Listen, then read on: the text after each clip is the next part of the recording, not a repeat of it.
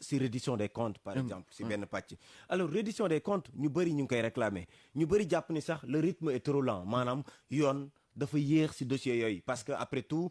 dossiers yi nga xam ne moo ngi sur la table ce n'est pas le président Bassirou Diomaye Diakhar Faye moom moo demandé woon audit yi son prédécesseur moo ko defoon plus de 45 rapports depuis le début ngay dégg ay révélations ay lu ñu mën a tuddee ay scandale alors naka la ñu mën a def ba reddition des comptes bu tax ñuy wax am te nit ñi bañ ko jàppee ab règlement de compte comment est-ce que am nga si yaakaar. mais moo tax man la le premier point positif que j'ai bien aimé les assises de la justice même si toutes les mesures qui sont sorties ça peut faire l'objet de débats je trouve que on parle trop du pénal on ne parle pas assez de la justice commerciale la justice sociale nous par exemple ñun dans notre programme on parlait d'une chambre des libertés pas un juge des libertés mën na am débat si proposition yi mais c'est important de dire que le principe de base c'est une justice équilibrée fonctionne c'est-à-dire que c'est une justice qui a les moyens de faire son travail d'où l'importance qu'il y a à débattre sur le budget de la justice donc boo tegee ponk bu njëkk boobu pilier central mooy que affaire bi du président de la République c'est un autre pouvoir qui le fait mooy le pouvoir judiciaire on peut pas vivre ce qu'on a vécu ba pare démarrer encore vers la même chose moo tax may artu fi may artoo mooy lan mooy que attention d'abord mooy li ma wax en quinquennat ça va vite Macky Sall loolu la commencé traque des biens mal acquis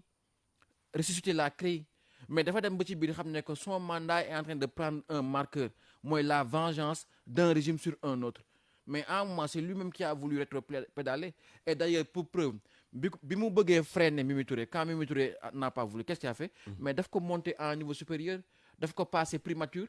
ba pare ne ko demal candidat à Dakar si tu gagnes pas ma dàq la c'est-à-dire que comme il n'a pas pu le freiner mais il l'a accéléré vers le mur parce qu'il voulait sortir parce que am na yonte ne amul mucc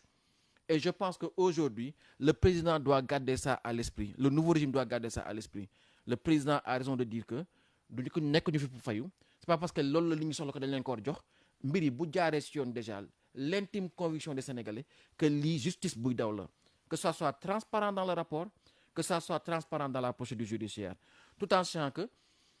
il faut ouvrir des fenêtres du lépp rek prison moo ko réglé s'il y a un moyen de conciliation pour que ñu mën a récupérer les avoirs de l'État et que la solution n'est pas forcément l'humiliation n'est pas la prison n'est pas de jeter à